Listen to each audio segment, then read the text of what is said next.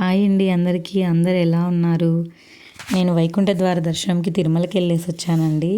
దర్శనం అయితే చాలా బాగా జరిగింది. అక్కడ అంతా సూపర్గా ఉందన్నమాట. చూడండి, మీకు వీడియోలో మీరు చూస్తూ ఉండండి, నేను నార్మల్గా మాట్లాడతాను. యాక్చువల్గా అయితే మేము 300వి బుక్ చేసుకొని వెళ్ళేవాళ్ళం అనమాట ప్రతిసారి. కానీ ఈసారి అస్సలు సెట్ కాలేదండి, టికెట్సే బుక్ కాలేదు. ఇంకా దేవుడు మన మీద కోపంగా ఉన్నాడేమో అన్న ఫీలింగ్లోనే ఉన్నాము.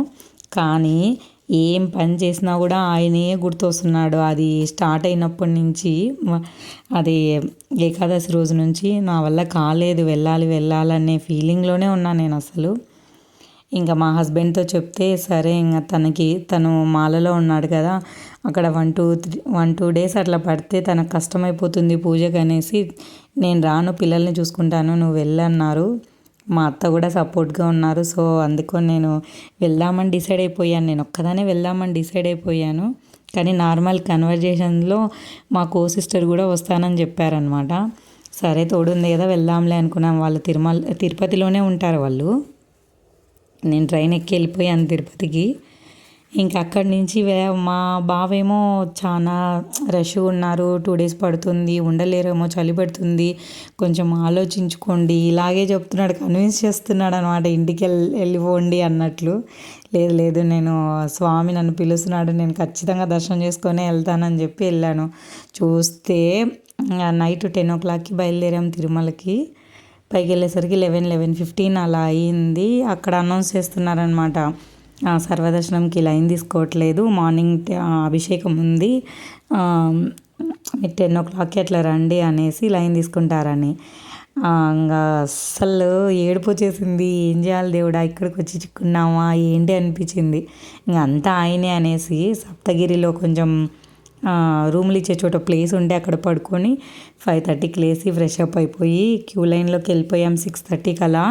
క్యూ లైన్ అయితే ఎక్కడి నుంచి ఉందంటే అస్సలు అక్కడక్కడే చాలా తిరిగామన్నమాట. అసలు ఎంత క్యూ లైన్ అంటే అంత ఉంది. మార్నింగ్ 6:30కి క్యూ లైన్ తీసుకుంటే మేము రూమ్స్కి కంపార్ట్మెంట్కి వెళ్ళేసరికి 2:30 అయింది. మాకు టోకెన్ ఇచ్చారు. సో నెక్స్ట్ డేకి ఇచ్చారనమాట థర్డ్. ఏం దేవుడా, నెక్స్ట్ డేకి ఇచ్చారే, పిల్లలు ఎలా ఉన్నారో అనుకుంటా ఉన్నాను. కానీ ఇంకా ఫుడ్ తిందామనేసి బయటకు వచ్చామన్నమాట. అది కూడా వెంగమామకి వెళ్ళే తిన్నామన్నమాట, ఫ్రీ భోజనమే. సరే బయటకు వెళ్ళేటప్పుడు వాళ్ళని అడిగితే లేదు, తొందరగా వచ్చేసేయండి, 8 కల్లా వదిలేస్తారు అని చెప్పారు. నిజంగానే వాళ్ళు అన్నట్లే ఒక 1 hour అట్లా వెళ్ళేసి వచ్చేసాము.